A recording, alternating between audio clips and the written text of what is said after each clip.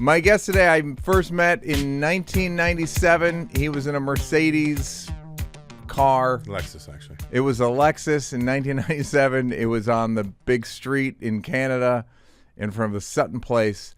I was filming Half Baked. He was the comedian in Canada where he was. It's Russell Peters, ladies and gentlemen. It's true. I am still him. Yep, and that's a true story, correct? I was with Dave. Yep. Hanging out at his hotel room. I was dating a girl named Rochelle at the time. I remember Beautiful Rochelle. girl. And I was trying to hook her sister up with Dave. Oh. And her sister wasn't really having it. And I'm like, wait, he's really really funny. Good. And he's you know, she's like, I don't know. And then I remember one day we were hanging out in his hotel room there.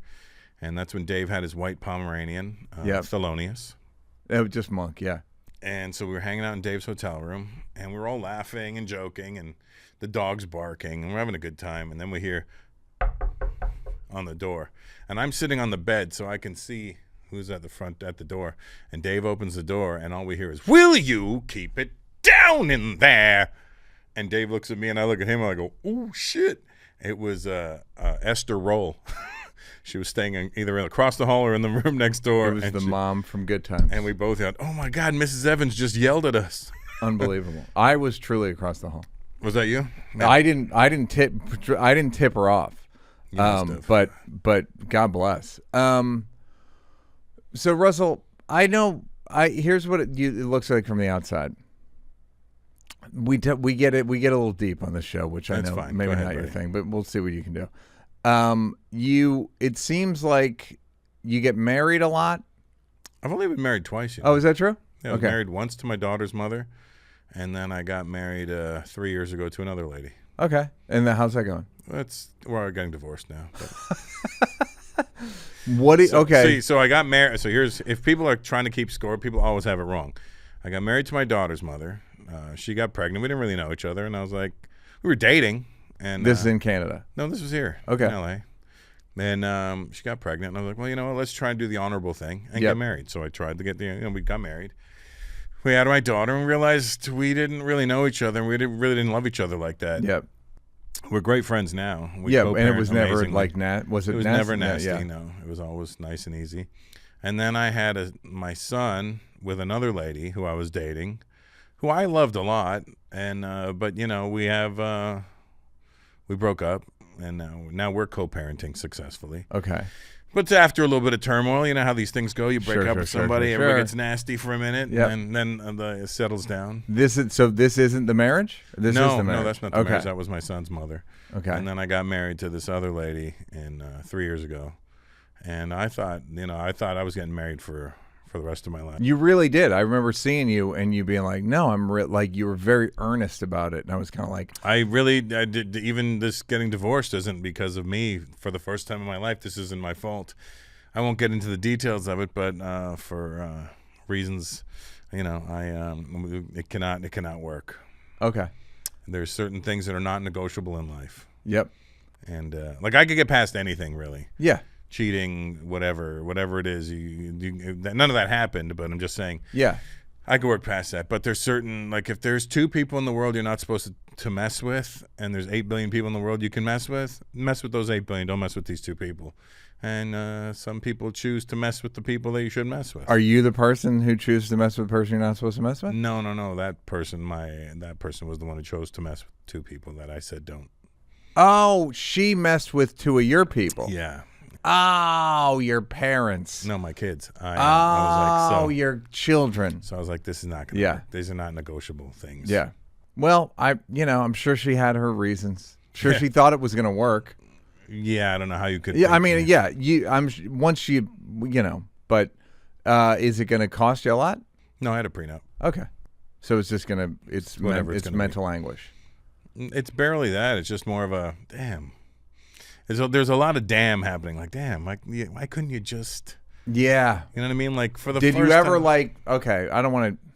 Let's you can, talk go about. for it. Okay. You know me a long time. Go for it. Yeah, but don't, it's a public forum. So what I'm curious about is, did you say to her when it started going that way, like, "Oh, don't do this"? It's exactly I'm what I telling you, said. this is not good. I said early. I said, the things you're doing will be the demise of you and me.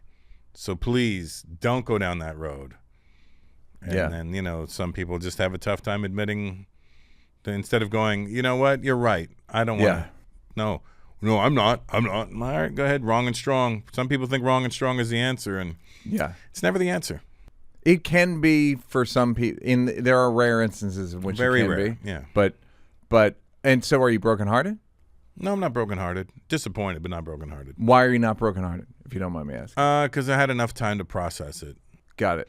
And ultimately, your kids come first. Yeah, that's true. It's one of those things where, like, I know I made the right decision. Were you thinking of that you guys were gonna have kids? No. We're both old.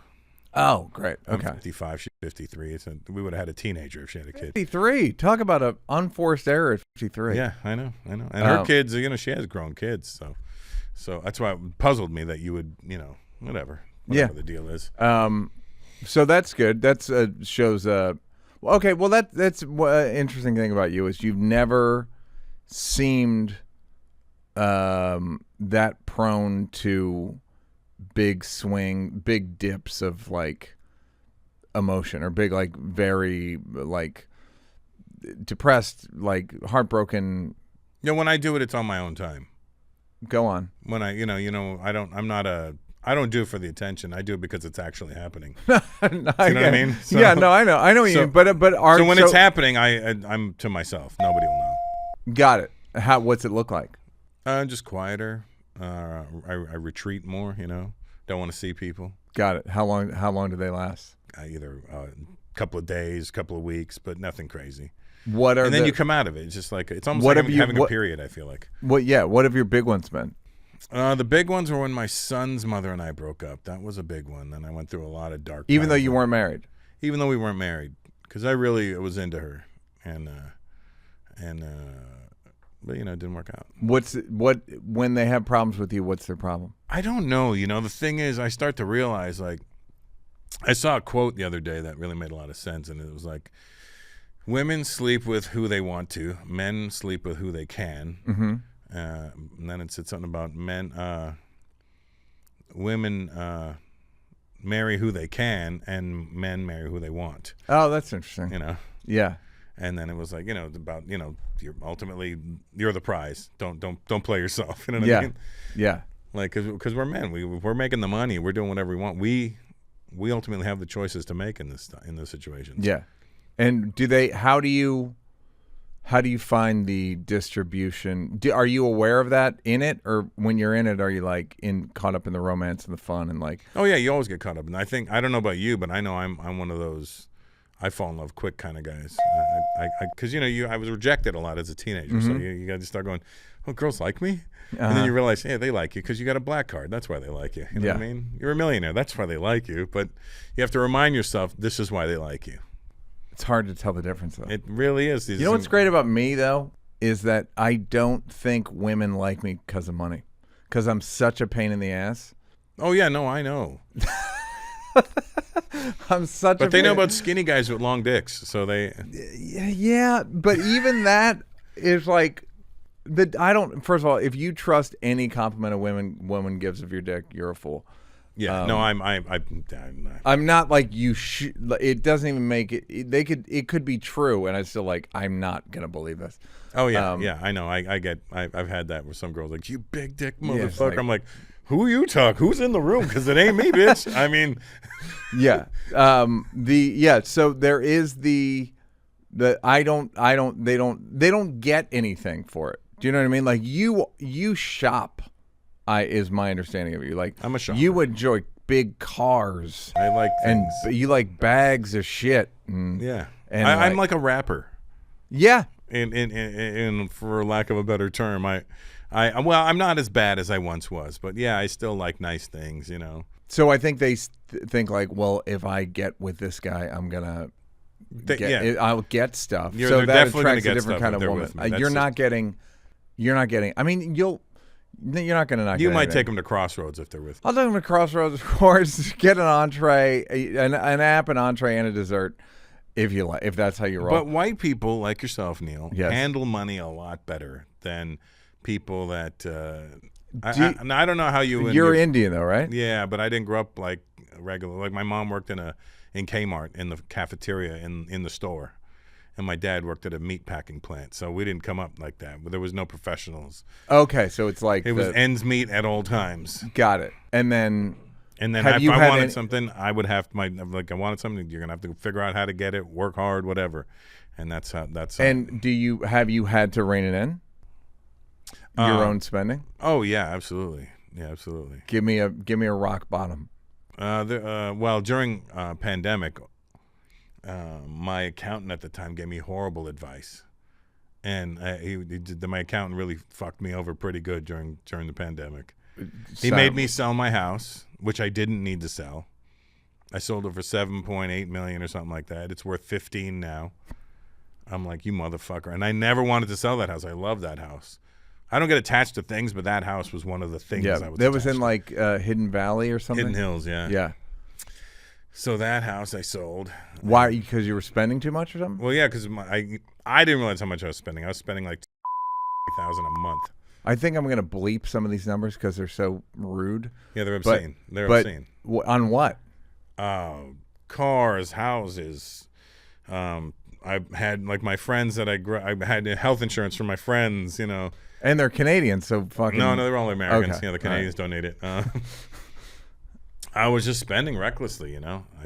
I was overextending myself. And yeah, because if you're spending $270 a month, you got to make $7 million a year. Oh no, that's the easy part. Easy. But I mean, then I wasn't working for like how many months, and so I'm hemorrhaging money at that point. Yeah. And so it was all full panic at that time. And because again, we didn't know when we were going to work again. Yep. And so your lesson was you don't need to rein it in? Yeah, so I reined it in from there. And now, I'm in a much more reasonable. Yeah, more reasonable. So you don't have to sell. Still a huge nut, but you don't have to far sell more reasonable. You don't have to sell any housing anytime soon. I just sold them because I didn't need them anymore. Got it.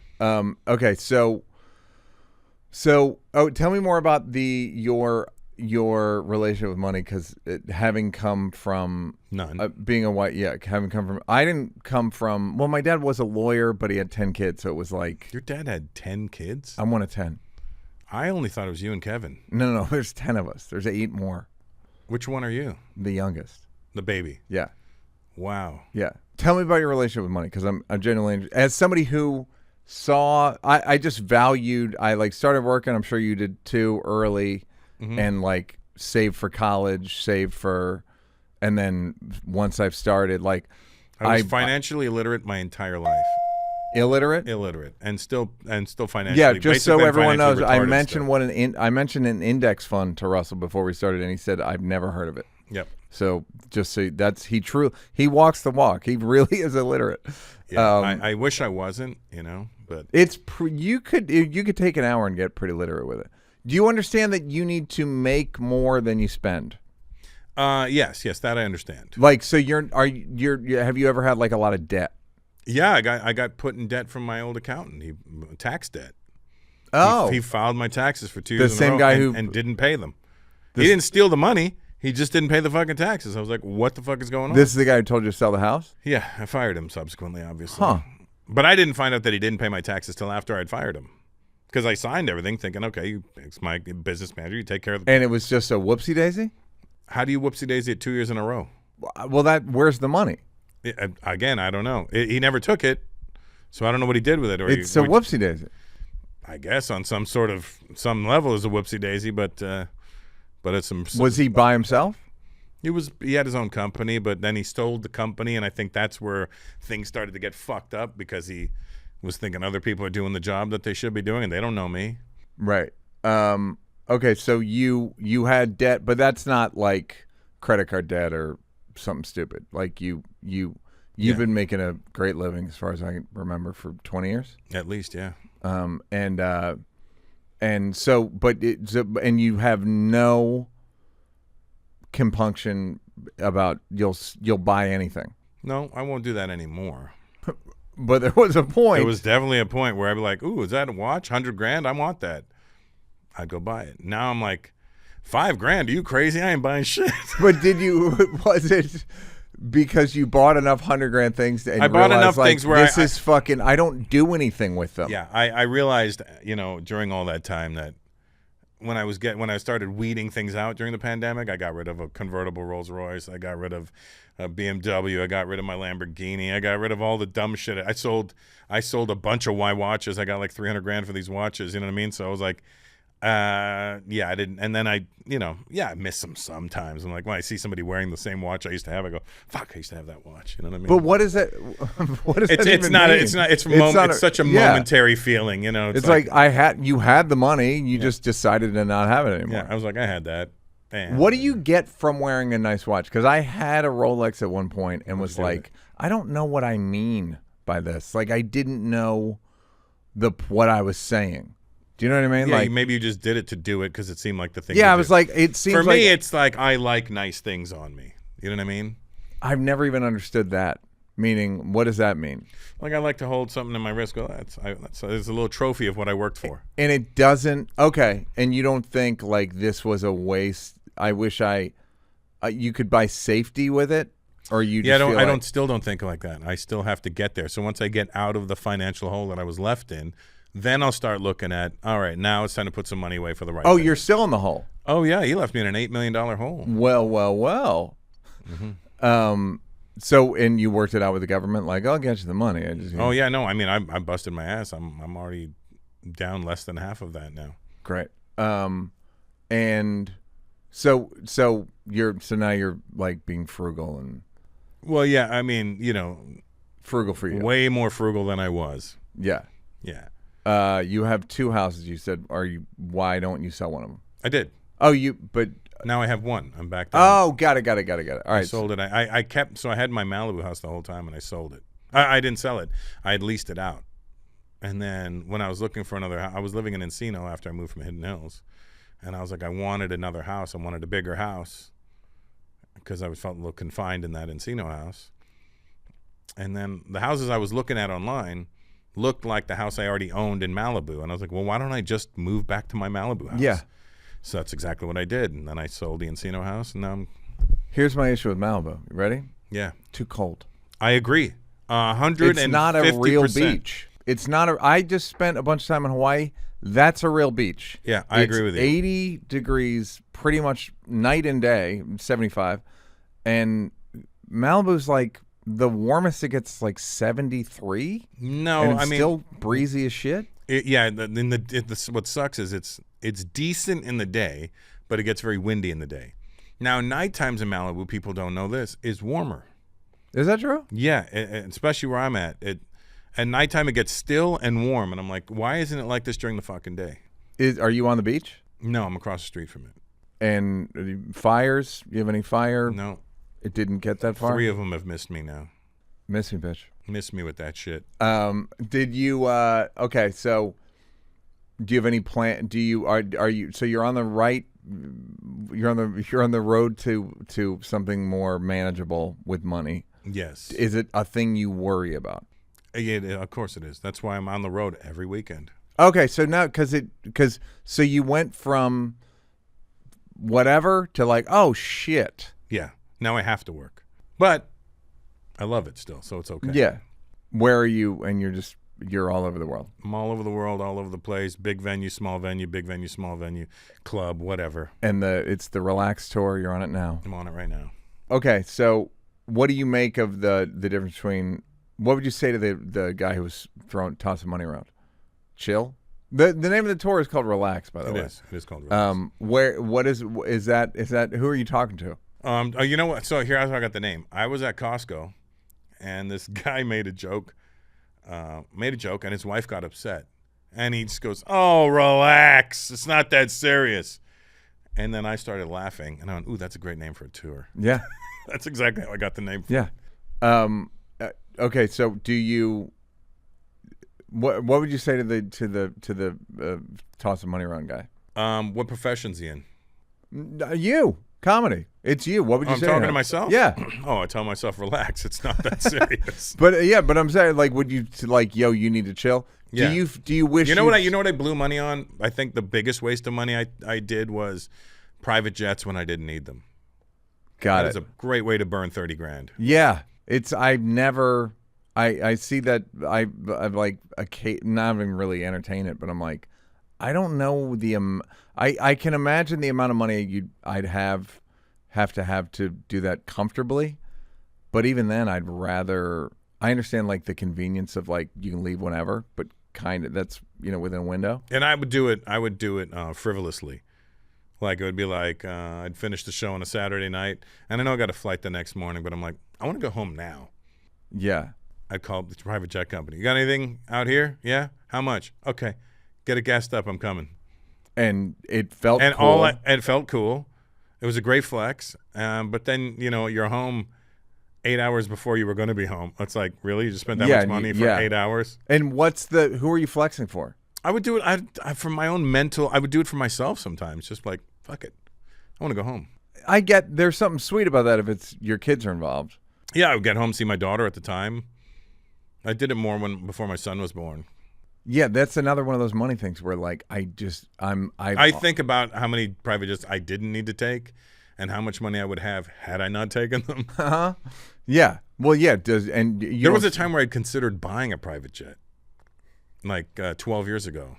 It's a lot of money. It is a lot of money. It was a nice. And you kind of don't save because it's all on fuel, right? You spend a lot of money on fuel, maintenance, pilots, everything. You gotta. It's not a. Yeah, it's not a wise decision on any level. I have friends that are billionaires. I go, "Do you have a plane?" Nope. Yeah. And why not? Waste of money. I go, all right, well, if they think it's a waste of money, then it's definitely a fucking waste of money. So the flexing thing, you certainly have bought I think you bought the narrative of like, not you bought but like I came from nothing. Like you love hip hop and you like probably put yourself as the star of every song and like I came not supposed to be here and I came from nothing and my mom worked at Kmart and da. At a certain point, do you just go, all right, this is stupid? Well, yeah, now that I'm 5 years old, you look back and you go, oh yeah. Well, but at the same time, am I glad I did it? I'm glad I did it. Yeah? Yeah, because I'd rather live a life of oh wells and what ifs, Okay. Do you find the stress that would you consider yourself under stress now? I'm far less stressed out now. Why? Because I don't put the pressure on myself anymore. I'm in a much better place now because, when you're in this business, and you know how this business is, it's finicky as fuck. You're in, you're out. Well, that's why I've you're saved flavor everything. of the month. You're not flavor of the month. That's why I've saved money. Yeah, you're in favor. You're out of favor. And there was a time where I was just chasing it, and I'm like, you know what? Fuck this business.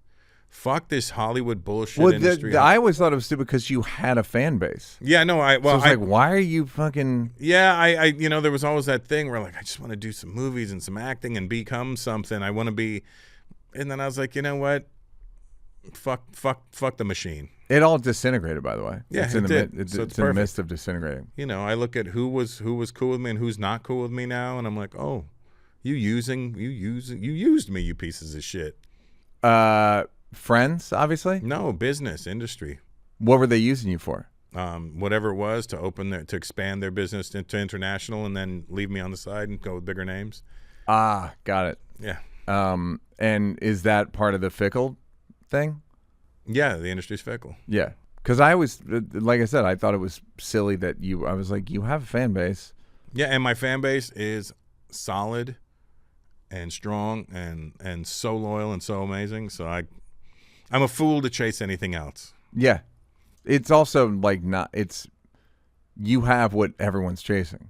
Yeah, it's like the oldest story. It's it's like it was right under your nose the whole time. Yeah, look, I started doing arenas in 2007, and I'm still doing them in 2025. Yeah, so I need to just shut the fuck up and accept and be happy with. Yeah, it's like what did you want? Yeah, no, that's the piece I have now is that I want what I have. Yeah, and I'm enjoying what I have now as opposed to. The grass is greener. And I think once you start to settle down in life with that, then you start to appreciate the things you have. Yeah. Was there a moment where it like kicked in for you? There wasn't a one particular moment, but it just started a feeling started, and I was like, people are like, you want to go? And I go, no. And I don't want to be around the phonies. This business is full of fucking phonies. know. Yeah. I go out and I see, I'm like, fuck them.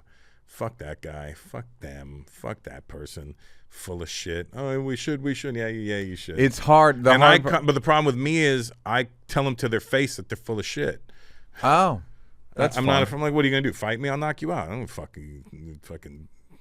You know what I mean? Like, fuck out of here with your bullshit. Hey, well, Russell, man, I love you. Shut the fuck up. You don't love anybody but yourself. You fucking piece of shit. I don't want to talk. You know what I mean? Yeah. You heard Gilly talking about the Rock Nation brunch. They call us, right? They say, Gilly, we want to invite you to the Rock Nation brunch. I'm the I said, why would I want to come? Why wouldn't you want to come? I said, you want me to keep it real with you, or you want me to lie to you? Keep it a buck. I said, the Rock Nation brunch ain't nothing but Jay-Z putting a bunch of on the lawn and then going in the back door and saying, I told you I still run this Give me the money. Wow. You think I'm letting it use my brand? I don't let nobody allow to use my brand with their brand. What do you get from going to these parties except for a picture? I don't even smile with you if you ain't worth 500 million or more. Let's be for real.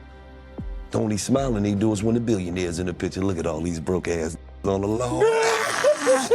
Okay, let's say the Rock Nation brunch. I would see a photo of everybody at that brunch, and I'd be like, why wasn't I invited? Yeah. Because then you see some like comics that are there, and you're like, why the fuck are they invited? Right. You know what I mean? Like, Kevin Hart, what are you doing? Yeah. Kevin Hart and Bill Burr, why are you guys? I'm kidding. Yeah. Well, Kevin doesn't say no to anything. So. No, they should be there. They're fucking great comics. But I'm saying, okay, so that's interesting. The realization that like, oh, this is all. But yeah, at the same time, I was my arc with it is like I don't want to be cynical. Yeah, I'm not. I don't cynical. want to believe that there's no kinship between you and I. Do you know what I mean? Like I don't want to just be like, oh, Russell, he only likes me because I don't know. It's not even that. It's not even that. It's the fakeness of it all. Like you and I always keep it real. Mm-hmm. We know where our friendship stands. Yep. We don't fucking hang out. We don't call each other. But when we see each other, we're good. Yeah. But there's never like a social climbing aspect of it. It's just like, that's Neal, that's Russell, know each other. There's guys that you've known for a long time. You look at it as a I look at comedy as like a class, and you know there's our class. Like my class is Burr, and I mean like as you mean age, like as an age and as in like graduating class, doing the same types of shows. Yeah, we started the same time. Yeah. We're moved along the same. You know, we're all like this group of people. Yep. And people like Chris Rock, no, he was the group before me. Yeah. You know, so it's Dave, Burr, Patrice, you know, all those guys, we all moving like this. And then there's another group after us. After that, you know, and that's fine. Yeah. And that's just the way it goes. Yeah. So it's but when people try to act like, I love seeing somebody and not going, we got to hang out. Like there's something liberating about it now where you just go like, I'm the great same. to see you. Yep. This is where it is. Let's leave it there. Yeah. Goodbye. And there's no expectation. Is he disappointed? Am I? No, this is what it is. Yeah. I'm right there again. We've established it. Is that a thing that broke your heart or no? No, I mean, there was so many moments where I just realized it's fucking phonies. I feel like you're talking about agents though. No, I'm talking about comics, agents, everybody, the whole fucking business. Yeah. There's comics there's so many comics that I helped. I took on the road with me, introduced them to different parts of the world. I took guys on the road when they needed money. And a lot of these guys are doing really well now.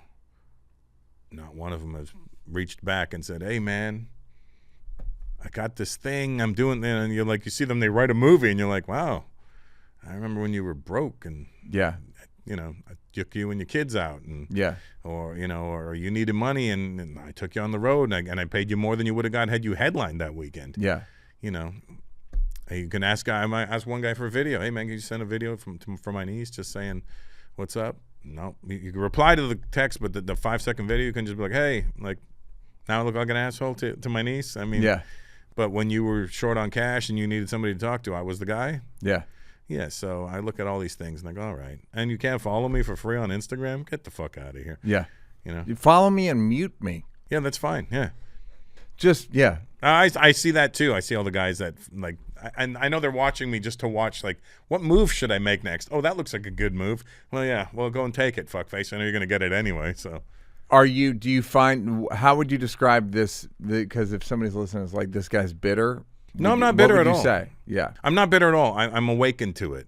Yeah. And I'm not the phony guy. I'll never be the fake guy. I will not pretend to like you.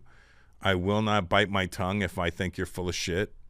And that's just me being real. In this industry, the last thing this industry wants is somebody that's real.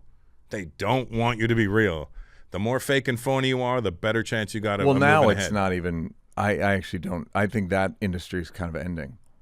The fake industry, that's the thing that's disintegrating. I think there's no benefit to being phony anymore. Well, there's so many people that have been phony for so long, they don't know how to not be phony. Right, but I'm saying like they don't, like shows are just going to, TV shows are just all going to end and it's going to be all podcasts. Yeah, it's going to be podcasts. It's going to be YouTube videos. Yeah. It's going to, yeah. So like the idea of like you act a certain way and I don't even think you can like lie your way up. Yeah, well, that's why I feel liberated, because I see that the only thing you can't change is you. Yeah. Like you are, your essence is you. And if you want to be true to, like I want to be able to go to sleep at night and not have to worry about didn't I, or should I, or shouldn't I? No, I'm like, fuck that. I went to bed with a clear conscience knowing. Well, that was me. Again, what you, the benefit you always had, which is like you had a fan base. Yeah.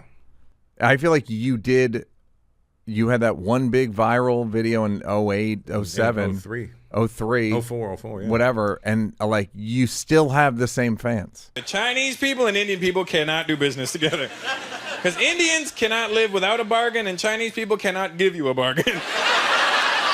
Yeah, I was the first YouTube guy. Yeah, like that's legitimate. Like it was the first where it was like 1 million hits. Yeah. How? Yeah. It was, the first YouTube Like guy. I've never even heard of this platform, let alone 1 million people saw it. Yeah, it was a pretty cool time. I think back to those times. And what I think what I'm trying to get back to is I was such a, everything was so new and I was so green and it was just such a fun time.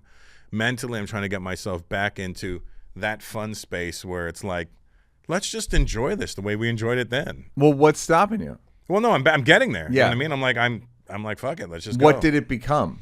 It became, you start to feel like a product. You start to feel a little hoard out, By yourself? But I just feel by like your you were team. just like just doing whatever. road gigs, right? Yeah, I know but now I'm doing road gigs now, and I'm liking it again.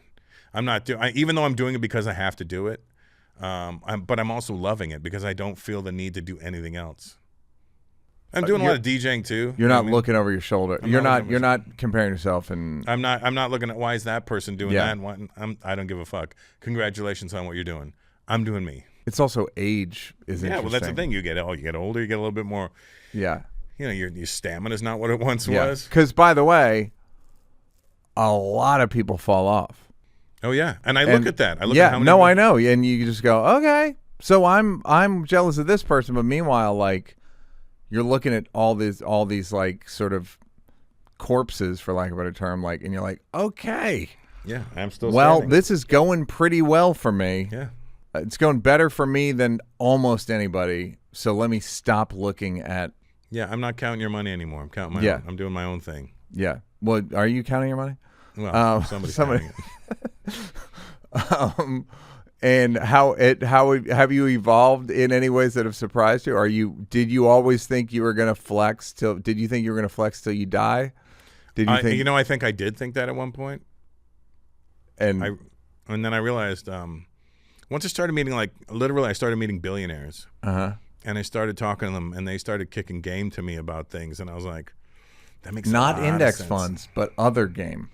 Yeah, not index funds, but they were like, and they started, telling me what I need to do, and I was like, well, they said when you get out of your situation and you're ready to go, I got you. I'll put you onto something that I know you can't lose on. And it's not like a gambling situation. Yeah. It's like, these are solid investments. You're going to need to do this and this. Yeah. But you thought that there was some. Well, you see, billionaires don't really flex. They don't. There's no point. Yeah, well, people always ask me, I see kids, on the internet, on the Instagram posting like their new car or whatever. This is, look at how fly. And I'm like, I never posted anything like that ever. I've never flossed on the gram ever. You never did? Never. Why not? Because I do it for me. I don't do it for you. I was doing it for me. I wanted to know that I had these things for me. You're setting yourself up to get in trouble that way. Well, you're trying to get robbed. That's the thing. It's like, I'm not trying to get robbed. Yeah, I'm not trying to get robbed. And I got, killers at the house, so you don't want to come there. You know what I mean? He's paying their health insurance, so they know they can act recklessly. That's right. They won't bleed out. Why do you have killers at the house? Just friends, Right, but I'm saying, like, what's the? Is it a thing that you? No, it's like you get around certain groups of people, and they've done some time in their life. But when you're genuine, and those are probably the most genuine people you meet, you gel with them, and then they feel safe with you because you're not a threat to anything. And when they're out with me, they don't have to look over their shoulders because they know that there's no. They are the person to everyone else. There's nothing nefarious happening at this point. Yeah, unless there's a mirror looking back at themselves. Yeah, and then you see these guys at my house that, like, some of them did 30-something years in prison. And they're at my house chilling in the jacuzzi, just smiling and living their best life. And do they live with you, or they they come and hang out for a week or so, once every couple of months. Like a camp. Kind of. Like a summer camp. For adult, for ex-cons. Do you, when you say you did it for yourself, is it that what did you believe about you? Did you actually believe about you? Did you feel like did like culture or the way you grew up, did you feel sort of less valuable? Always. Do you think? 100%. I've always, since the age of about 3 or 4, have had an inferiority complex. Got it. And that's because growing up in Canada, in Toronto in the 70s and 80s, I dealt with racism from a very young age, very, very young age. And not like a little bit of racism where they kind of don't like you. No, this is like venomous, clear. I would like you to know that I think you're bad. And not just from your peers, from adults. Like, I'm a 5-6-year-old kid, and a grown man sprayed me with his hose and told me to get the fuck out of here. And that wasn't like a singular incident. Things like that would happen all the time, So I became very leery, and that's why I hung around the black kids, because they never did that to me. Okay, so it didn't make you angry? No, what the funny thing is? I think everybody has a default setting. And some people's default setting is anger, some is misery, some is sadness. My default setting has always been happiness. Yeah. So I'm innately a happy person. Yeah. So when I get off track and get a little grumpy or shitty or whatever, I'm not being me then. So I want to get back to me where I'm just innately a happy person. And so even when that shit would happen to me as a kid, I never went, oh, so you're happy with an inferiority complex. Well, it's a very bizarre thing. No, I know. It's very and by the way, very conflicted. I know you well enough to think you're not. I don't disagree with you. Yeah. Like what I've witnessed of you over a long period of time, occasionally, is I would say you have an inferiority complex, and I would say you're a happy guy. Absolutely. And it was, it was a lot of. So, you grow up and then you're a teenager and you're still dealing with the same shit, and girls rejecting you because you're not black, white.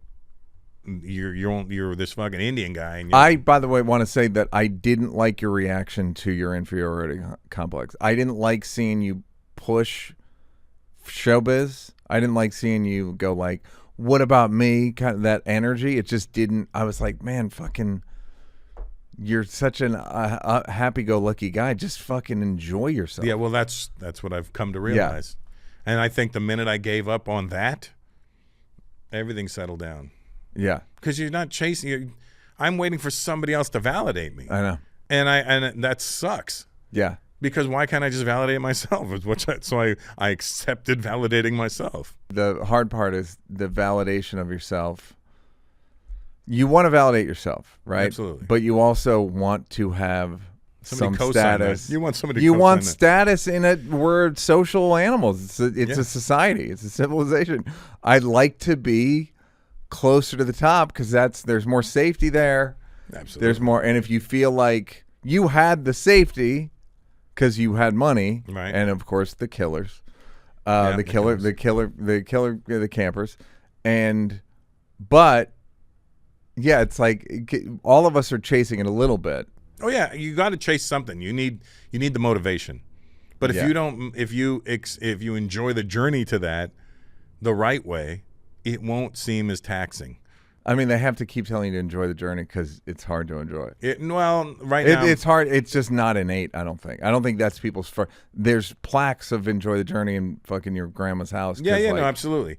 But there's also then you start to realize the spoiled aspects, how you've been spoiled over the years. You know, like people like I got to go to Europe for a tour or whatever, and I'm like, well, I know I'm going flatbed on whatever flight I'm going on. But like Lufthansa's beds aren't as good as. It's exactly what my fucking issue is. Last year, 24, I did this private gig for this billionaire.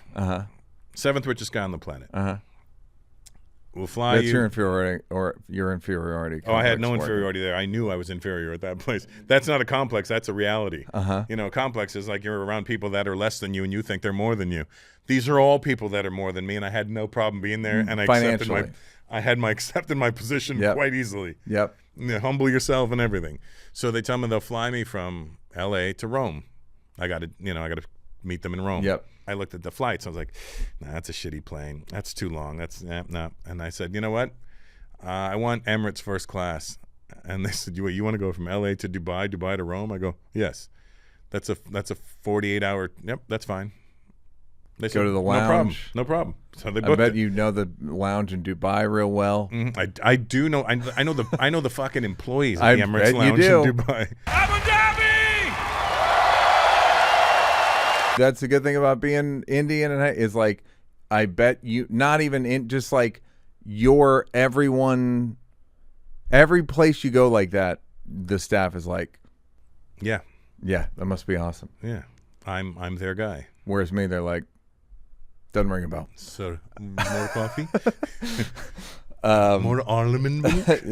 Yeah. So yeah, it's what you think is what we tell ourselves are problems that are just preferences. Yeah. Anyhow, so you had this inferiority complex, and you're happy-go-lucky. I think temperament's one of the biggest things in life, in terms of, I mean, your reaction. I had heard the phrase recently. Your reaction is your reality. Yeah. And I tend to not react anymore. I wait for whatever's happening. I never knee jerk. I relate everything to boxing. I boxed amateur for a long time, so if a guy hits me with a punch I don't like, I'm not going to say ow. right. You don't go, ow! He's going to hit you with that shot again. You have to suck that up and put it in your head and go, well, that fucking sucked. Watch out for that. Let me counter that. I feel like you were saying ow for a while. No, I definitely was. Yeah. I definitely was, and that's why I was like, what are you doing? You're letting people know what bothers you. Yeah. Don't let anybody know what bothers you. If nobody knows what bothers you, they can't bother you. Well, they can. But they don't know they're doing it. Right. And it's just a bad look. Yeah. It's a bad look to complain about anything unless it's legitimate. Yeah. It's never let your ego dictate your moves. That's what I say. Yep. But you did for a long time. I definitely did. I have no problem admitting that I was fucking up pretty good.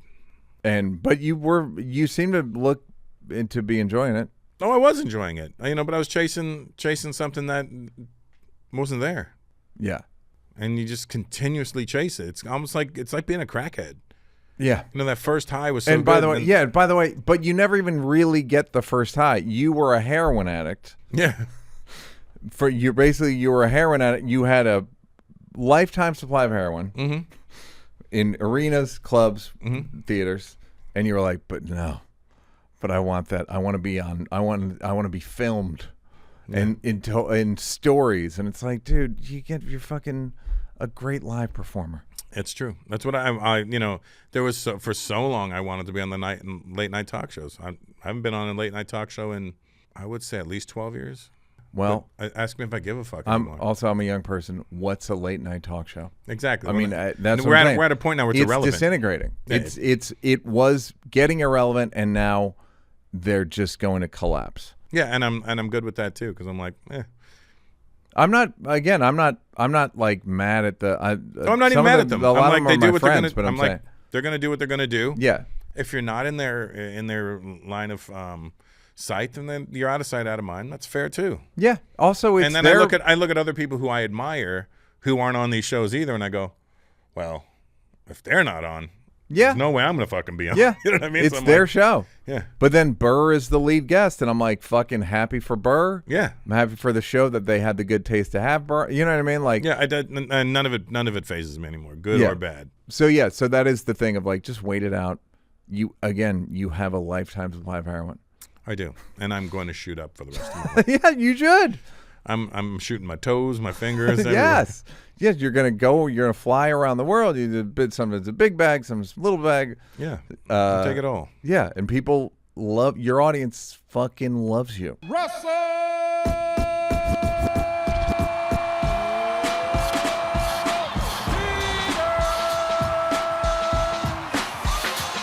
are very, very solid with me. But I don't take that for granted. That's why I work hard at making sure I give them a good show when they come. Yeah. I never phone it in for them. How old are your kids? It's 14 and 6. Okay, so you still have some parenting. Like, yeah, a lot of parenting. What? How do you like it?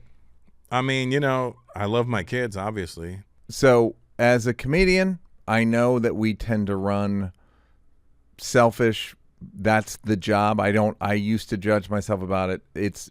I never met a selfless comedian. I think you can't write material.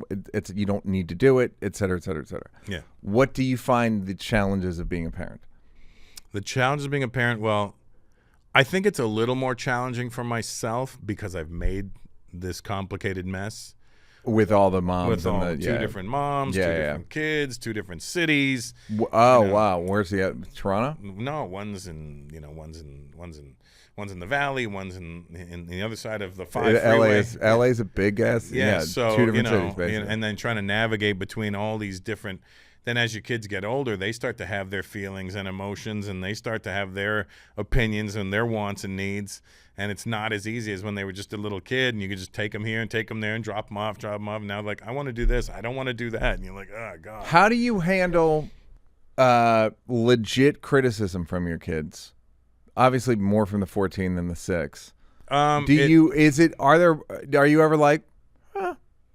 No, my daughter has said things to me more lately that are a little bit way more honest. The next 6 to 8 years are going to be a lot. No, I know, and whatever. It even made me go, damn, she's a person with actual valid opinions. Yeah. And so you like valid opinions that you agreed, disagreed, or it doesn't even matter. They're definitely valid, and but I mean some of it might be a little skewed. Yeah. But it's not far off from what it really is. So. Can you say? I mean, I've apologized to my mom about watching my girl raise her son and being involved, whatever, like I am. I was like, oh, this is so hard. How involved are you as a partner? I was pretty involved. So I've been it's don't worry, it's not a podcast, not important. Sounds not important. I'm pretty involved. So how old is the kid? He's about to turn 5. And how old is he when you met him? 3. Okay. About to turn late 3s. So he's cool with you. Yeah, we he's a person, I'm a person. I think I know what his spirit is. Does he call you Neal? Yeah. Okay. Anyway, my point is, can you say to your daughter, the thing that I didn't realize about my relationship with my parents is like, they just the whether they're like loving in a tonal way. Right. I was putting so much weight because I'm like therapized and all that shit of like, I didn't love your tone of and it's like their behavior, they did loving shit, like they provided. That's 90% of love.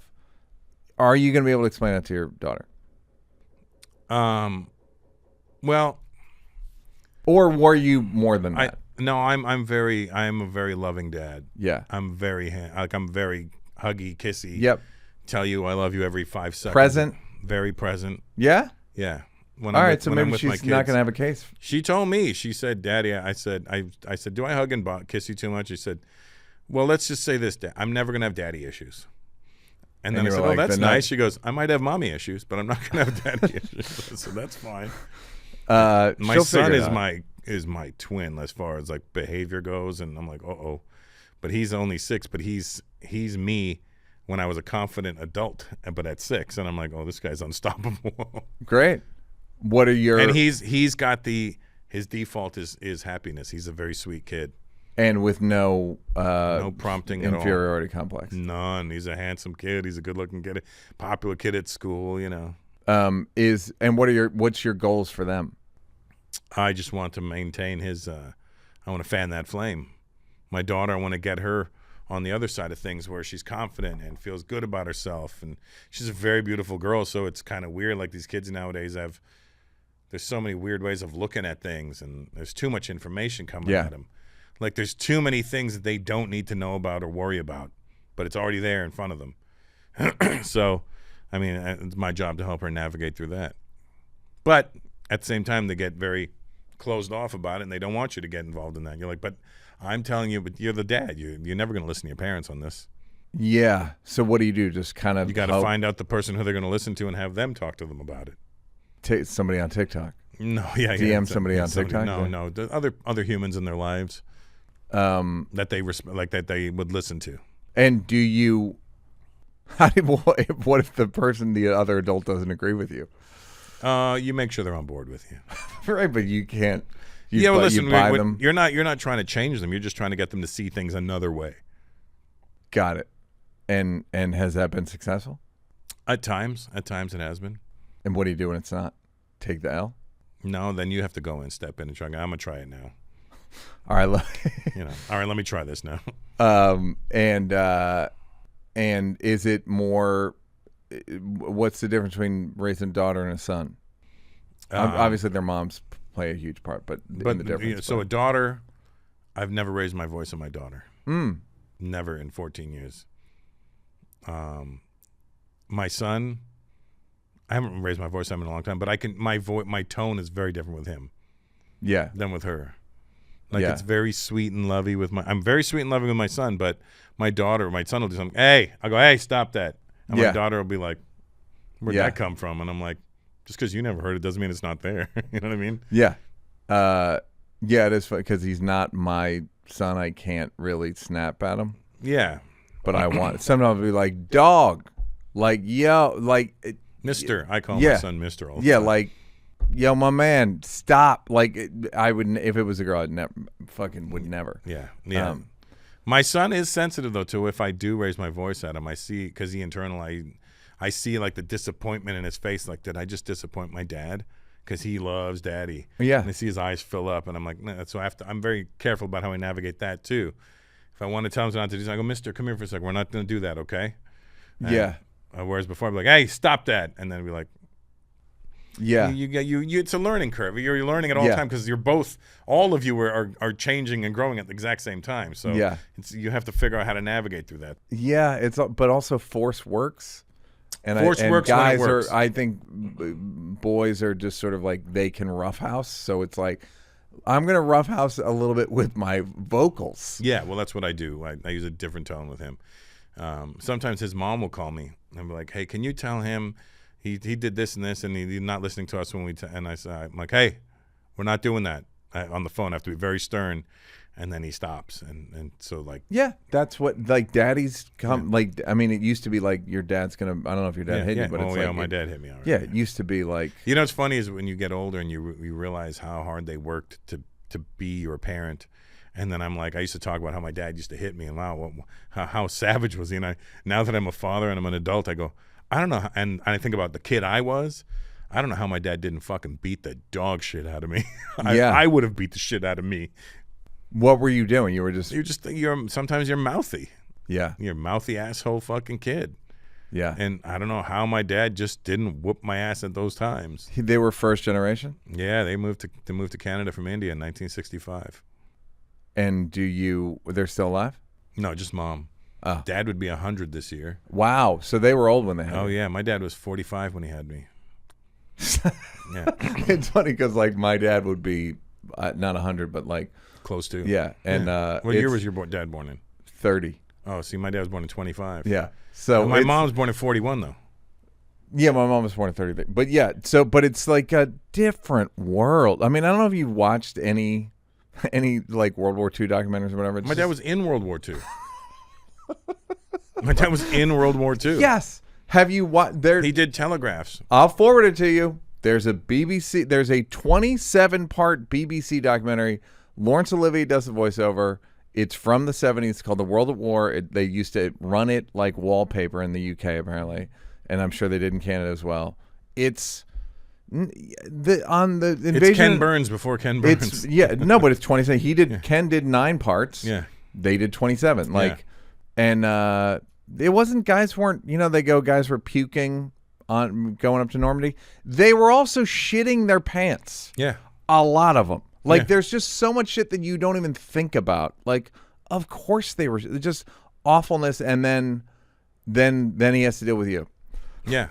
Yeah. Like and he was a hunter in India, you know what I mean? So like he grew up in the jungle, so like he was always on point with, and my dad used to box as well. So everything I start thinking about, I go, my dad was kind of a fucking badass, and he was only 5'5" max. Yeah. At his tallest, I think 5'4" was really his height, but I think 5'5" was he trying to tell people he was 5'5", but I think he was 5'4". Yeah. He was a little guy, but not to be fucked with ever. And I'm betting you take real nice care of your mom. Oh yeah, I mean, she gets whatever she wants whenever she wants. No money problems there. No, even if I'm having them, it's she's hers. not gonna know about it. She's not gonna know. And what are your goals for yourself at this point? And I'm not talking about professionally, just like what are your? Because I find the more I think I've taken goals away now, and I think I've passed the stage of goals, and I'm more in the stage of, well, let's just live life and enjoy this. Let's not think about the future or the past. Let's just be in the moment and enjoy this. What are you enjoying? Do you just all of it? I'm just enjoying being a dad. I enjoy being with my kids. I enjoy getting on a plane. I enjoy doing a gig. I enjoy it all. Yeah, it's that reaction thing. It's like, well, I can if I react like, oh, then I'm like that for an hour. Yeah, it's the ADHD in us. What? In a good way or a bad way? I mean, the bad parts of ADHD is where you overreact and you pine over things a lot longer than you need to. Is that ADHD? Yeah, it's also somebody will say something to you. Rumination. And their tone will make you feel like fuck you. Like they might not even meant it in that tone, but it'll feel 10 times heavier than what it was said. That's ADHD? No, it's a lot of ADHD in that. Yeah. It's all it's all a processing thing. Yeah, and it's also codependency and whatever. Absolutely. Russell Peters, guys. Neal Brennan. I really enjoyed this, and this. I don't know if you share this kind of depth with other people, but I appreciate. No, there's something about me that people just do it. So I appreciate that you are who I thought you were in a good way. Thank you, Johnny Depp. Nice.